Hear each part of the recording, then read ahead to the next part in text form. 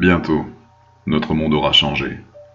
Nous sommes tous nés un jour quelque part sur cette planète avec l'intention d'y grandir et d'y vivre le temps que cela nous semblera possible. Nos parents les plus proches ont veillé sur nous depuis nos plus petites années et ont entretenu pour nous cette idée, afin qu'elle nous parvienne et que nous puissions y croire. Après des siècles d'évolution revendiquée, nous sommes peu à peu devenus ce que nous sommes, les uns pour les autres. Mais qui sommes-nous en somme? Mis à part peut-être des futurs êtres en extinction. Que nous soyons enfants ou adultes, nous nous posons sans cesse les mêmes questions. Parmi celles qui semblent utiles, il y a celles dont les réponses nous donnent encore de l'espoir. En dehors des bribes de mémoire que nous avons conservées en nous au fil du temps et des tempêtes, nous demeurons d'infimes poussières retenues par cette fabuleuse force d'attraction sur notre planète, aux côtés de ces autres êtres vivants avec lesquels nous cohabitons depuis des siècles, jusqu'à présent. Certaines espèces ont disparu au profit de nouvelles. Certains détails ont survécu au détriment d'une apparente conscience désordonnée. Grâce, ou alors peut-être à cause de notre insatiable désir d'évolution, bientôt nous perdrons une des choses qui nous différencie de beaucoup d'autres espèces, notre capacité à communiquer, les uns avec les autres. Nos sens les plus élémentaires sont aujourd'hui en déclin, à commencer par notre langage, et ce, à force de nous échanger des SMS, plutôt que d'entretenir nos capacités orales et auditives. Nous sommes à nouveau en train d'anéantir ce que nous avons mis tant de temps à apprendre et à enseigner.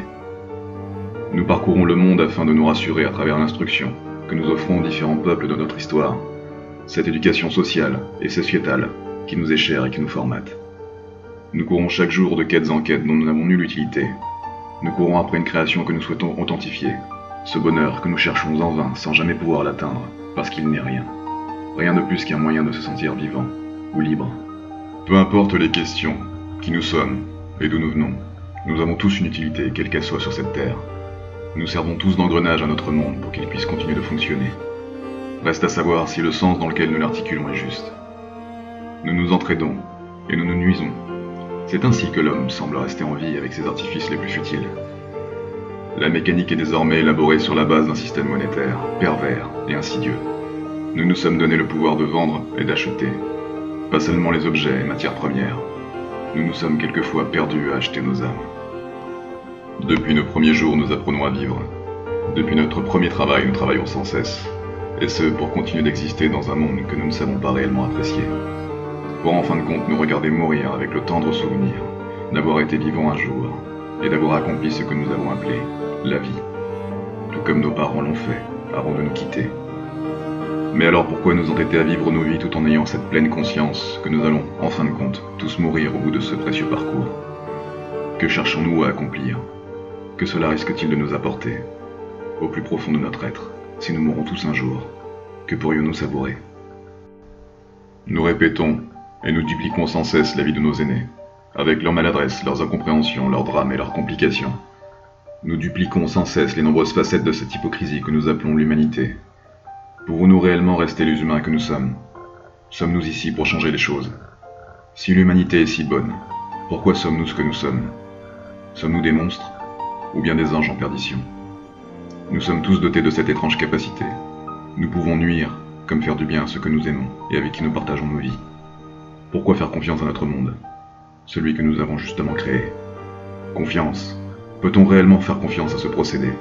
Faire confiance aux humains, à nos voisins, à notre famille, à nos plus proches amis, ou bien à ces amis qui sont devenus notre famille parce que nous avons un jour accepté de leur faire confiance? À quoi se limiteraient nos décisions les plus élémentaires? Est-ce que nous pouvons réellement choisir ce que nous faisons? Est-ce notre intuition qui régit nos actes et notre volonté sans même que nous puissions la contrôler? Nous avons de multiples façons de faire preuve d'humanité. Mais que faisons-nous en réalité? Beaucoup d'entre nous pensent que l'humanité doit désormais s'éteindre. Et qui serait contre cette idée? Ces groupes de personnes composés d'hommes et de femmes, et même d'enfants, ont-ils tort ou raison de penser ainsi? Sont-ils à ce point conscients de ce que l'humain est devenu pour lui-même? Vivre pour mourir?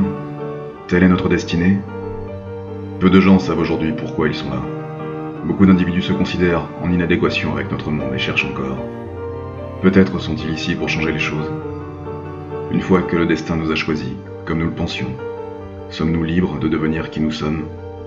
J'en reviens à ma première question. Que sommes-nous, en réalité? Bientôt, notre monde aura changé.